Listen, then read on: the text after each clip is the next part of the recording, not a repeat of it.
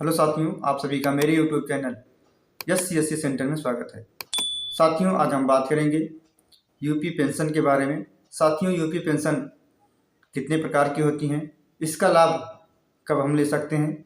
तो साथियों, हम बात करेंगे यूपी पेंशन जो होती हैं 3 प्रकार की होती हैं। साथियों, विकलांग पेंशन, वृद्धा पेंशन और विधवा पेंशन। साथियों, जिसे निराश्रित महिला पेंशन कहा जाता है। साथियों, विकलांग पेंशन के अंतर्गत वो व्यक्ति आते हैं जो हम आपके तरह श्रम नहीं कर सकते। साथियों, उनका चाहे जन्मजात या किसी दुर्घटना के कारण उनके शरीर के कोई अंग काम करना बंद कर देते हैं, या हाथ पैर या आँख, या किसी भी दशा में वो हमारे आपके जैसा श्रम नहीं कर सकते हैं या क्रियाकलाप नहीं कर सकते हैं। तो साथियों, उस दशा में उसे विकलांग की श्रेणी में रखा जाता है। सरकार के द्वारा उन्हें आर्थिक सहायता के रूप में हर 3 महीने पर 3000 रुपये की धनराशि उनके खाते में भेजी जाती है। साथियों, विकलांग की श्रेणी में आपका कोई एज लिमिट नहीं है। साथियों, आप 5 साल के बाद या 10 साल के बाद इसका रजिस्ट्रेशन करा सकते हैं। साथियों, अगर आप विकलांग हैं। और साथियों, उसके बाद हम बात करेंगे विधवा या जिसे निराश्रित महिला पेंशन कहा जाता है। साथियों, इस पेंशन के अंतर्गत वह महिलाएं आती हैं जिनकी पति के मृत्यु के उपरांत ये सहायता धनराशि एक आर्थिक सहयोग के रूप में सरकार के द्वारा दी जाती है। साथियों, उसके बाद आता है वृद्धा पेंशन। साथियों, यह वृद्धा पेंशन तब आपको मिलता है साथियों जब आप 60 साल के हो जाते हैं। आपके परिवार में कोई महिला या पुरुष अगर 60 साल से ज़्यादा हैं तो आप उनका पेंशन ऑनलाइन करा सकते हैं। और साथियों, उसके बाद हम बात करते हैं कि अगर आपके परिवार में किसी सदस्य की पेंशन आती है।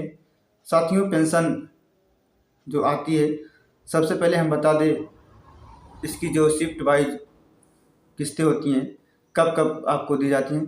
साथियों, जैसे जो शुरू से इसका वो होता है साथियों, अप्रैल मई जून होता है। उसके बाद साथियों फिर जुलाई अगस्त सितंबर, फिर साथियों उसके बाद अक्टूबर नवंबर दिसंबर। साथियों, इसी तरह क्रम वाइज आपको भेजा जाता है। हर 3 माह के बाद आपके खाते में सरकार के द्वारा 3000 रुपये धनराशि भेजी जाती है।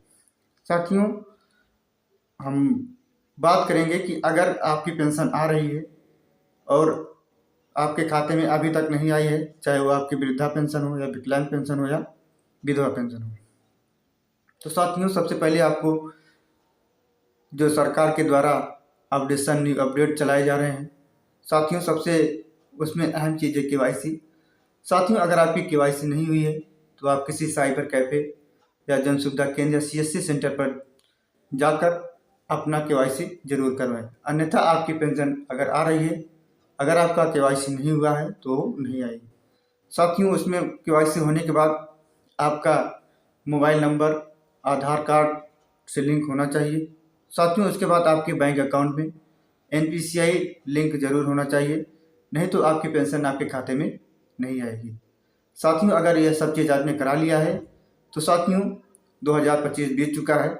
2026 की जो पेंशन आ रही थी आने वाली हैं।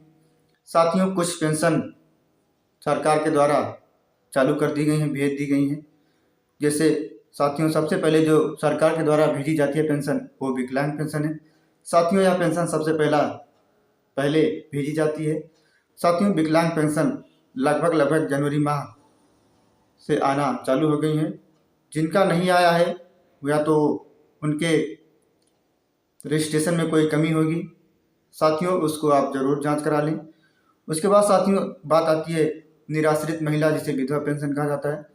साथियों, 1 जनवरी से सरकार के द्वारा जो निराश्रित महिलाएं हैं जिनकी पेंशन आती है, उनकी पेंशन भेजी जा रही है।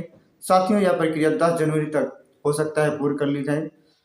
उसके बाद साथियों आता है वृद्धा पेंशन, जो 60 साल के बाद मिलता है। साथियों, इसकी भी प्रक्रिया सरकार के द्वारा चालू कर दी गई है। साथियों, वृद्धा पेंशन हो सकता है लगभग आपका 10 से 15 या 20 जनवरी या लेटेस्ट 25 जनवरी तक आपके खाते में भेज दी जाएगी।